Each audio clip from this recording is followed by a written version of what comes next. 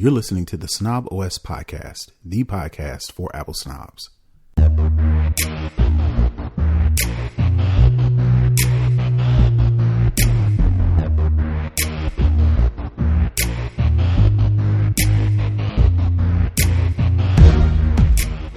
Yo, this is Terrence Gaines, aka Brother Tech, and you're listening to the Snob OS show, the show for Apple snobs, where we talk all things Apple and then some. I want to welcome you back to another episode.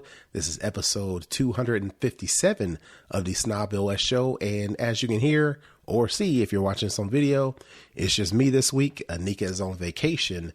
As a matter of fact, this is a good time to kind of explain for those who are new listeners to how me and Nika became about as far as the show is concerned. Actually, Nika is one of my wife's co-workers. They were co-workers for a long time, and I was at home telling my wife about all the cool tech stuff, specifically Apple tech stuff. She would go to work, and her co-worker would tell her about all the cool tech stuff, specifically Apple stuff. And my wife was like, you know what, y'all should get together. So me and Nikki came together and we birthed the Snob OS show. So they remain friends, and another coworker of theirs, as a matter of fact, is getting married, and Nika and my wife went to their wedding. And so that's why I'm doing this show this week by myself. But next week is going to be reversed, because after their wedding, I'm going to go to join my wife, and then Nika's going to come back. So next week she'll be doing the show by herself, or if she has a special guest. I decided not to do a guest this week, so I'm bringing the show to you solo dolo, as per usual. Like I mentioned, typically when I do the show by myself, I just do an abbreviated version to where we just bring you all Apple news, and I do a hookup where I give you a tip, whether it be Apple, whether it be tech, whatever the case may be. So that's what the show is going to be. It's going to be a little bit shorter, but it's still going to give you the news that you need to know. So the first thing we're going to talk about in the lowdown is apparently macOS 14.4 is causing some USB hub issues. After macOS 14.4 Sonoma came out last week. A lot of people downloaded, of course. It seems like it's being more common than not that new software updates rather are going to be released, and they're coming with their own bugs. Now, I personally am not experiencing this issue.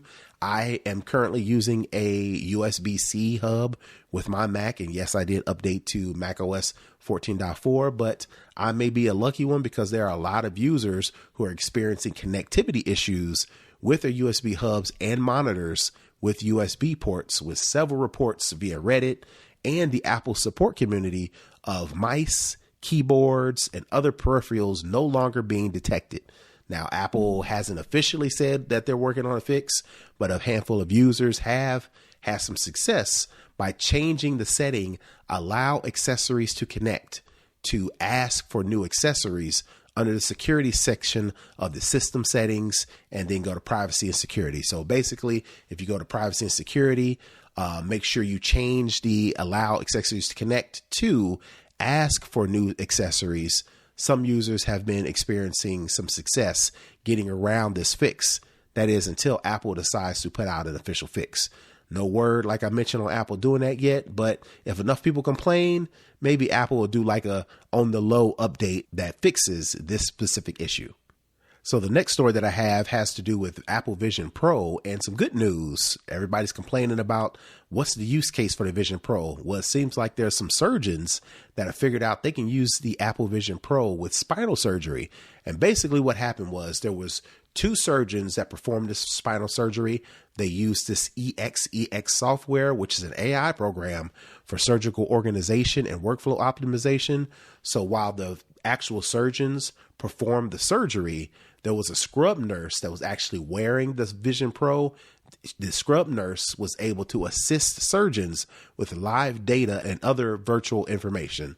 So basically, while the surgeons were doing a procedure, if they had a question or they had to revert to some specific resource, this scrub nurse that was wearing the Vision Pro was actually able to quickly get this information and give it to the surgeons to help them in their surgery. So I just wanted to put this story out there because, a lot of people are trying to figure out if the Vision Pro is worth $3,500, $4,000 when you add tax and all the accessories.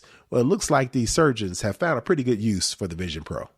So this next story that I have is the Apple Cash virtual number. So last week, me and Nika talked about the ability for users to use Apple Pay, even if the Apple Pay is not an option at a merchant or online, specifically online. So I couldn't figure out last week how the actual process worked. Well, they've got more new information. I just wanted to share that with you. So basically, in order to use this Apple Cash virtual number, first thing you need to do is update to iOS 14.4. The second thing you need to do is open the Wallet app and tap on the Apple Cash card.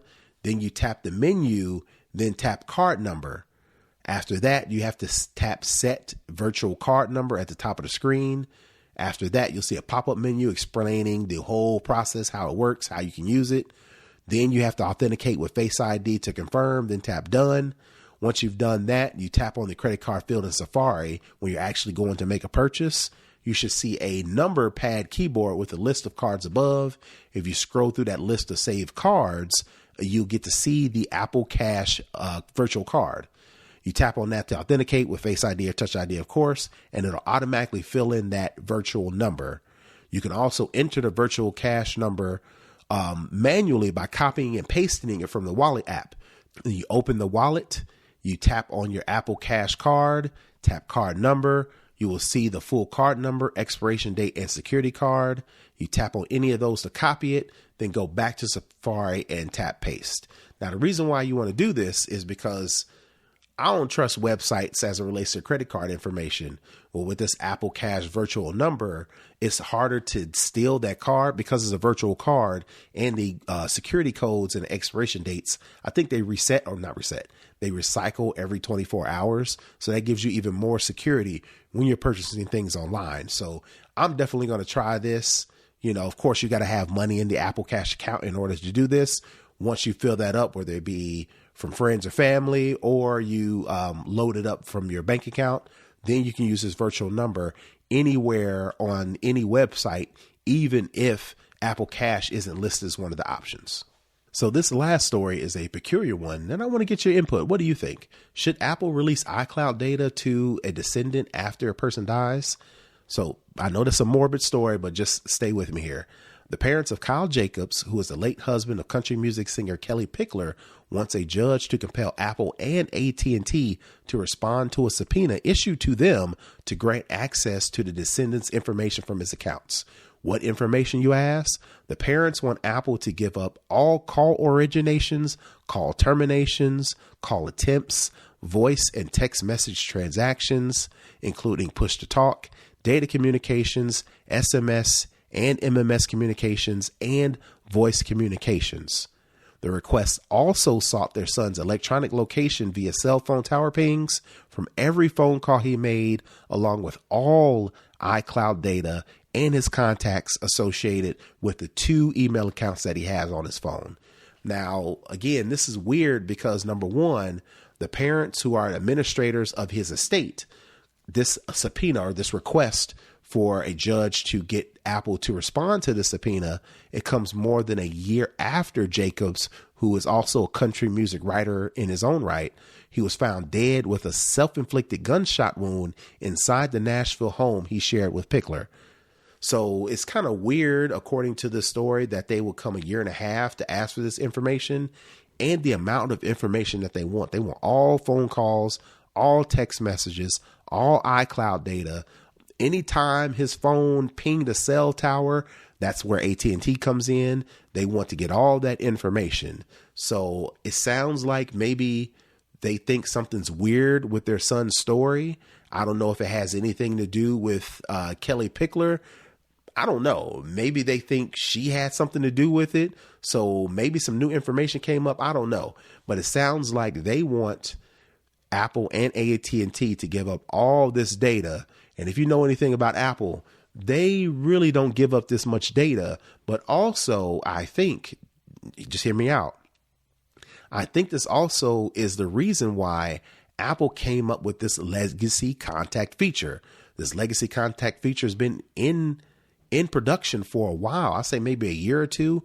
And basically what it does is it gives the ability for users to pass on their iCloud data to loved ones. So, Again, this is a morbid subject. I know, I get it. But if something were to happen to my wife or something were to happen to one of my kids, I've already got set up to where I am their legacy contact. Of course, I got to show proof of death, all that information. But once I do that, all of that legacy iCloud data is passed on to me. So I don't have to go through the courts. I don't have to issue subpoenas. I don't have to get a judge to try to get Apple to respond or anything like that.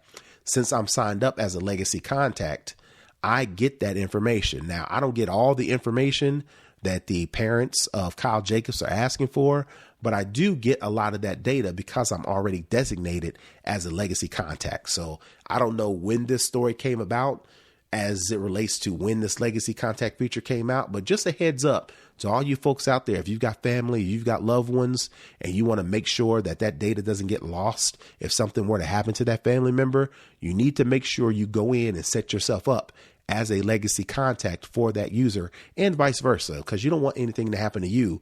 And all of that important data, pictures, text messages, voicemails, notes, calendar events, all that stuff to be lost because you didn't go and take the time and set somebody up as almost like a beneficiary of your iCloud data.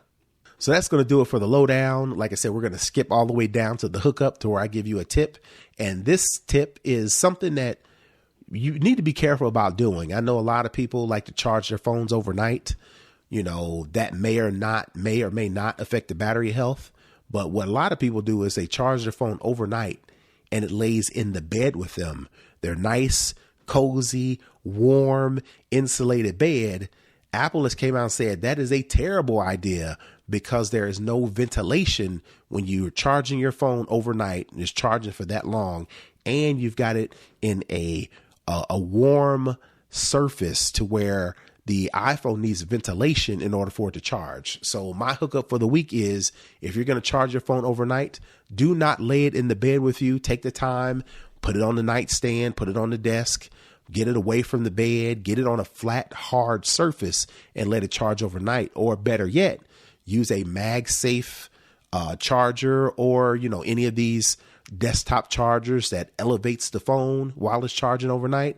That is going to ensure that your phone has proper ventilation so it doesn't overheat and either at the best case scenario, just wear down your lifetime, the phone's life expectancy, or worst case scenario, set something on fire because we definitely don't want to do that. So that's going to do it for the hookup. And again, like I mentioned, since I'm here by myself, that's going to do it for this week's show. I definitely want to make sure you like, subscribe, follow, do all the things we need you to do for the show. You can go to snoboscast.com to get all those details, where to find the show, where to support the show financially. Since this week I didn't do a live show, I still am going to record, edit all this stuff and get it to my Patreon subscribers 2 days early so they can get a heads up on the show before it actually airs on Friday. So again, definitely want to say thank you for listening, subscribing, reviewing, all that good stuff. Until next week, I am out. Peace.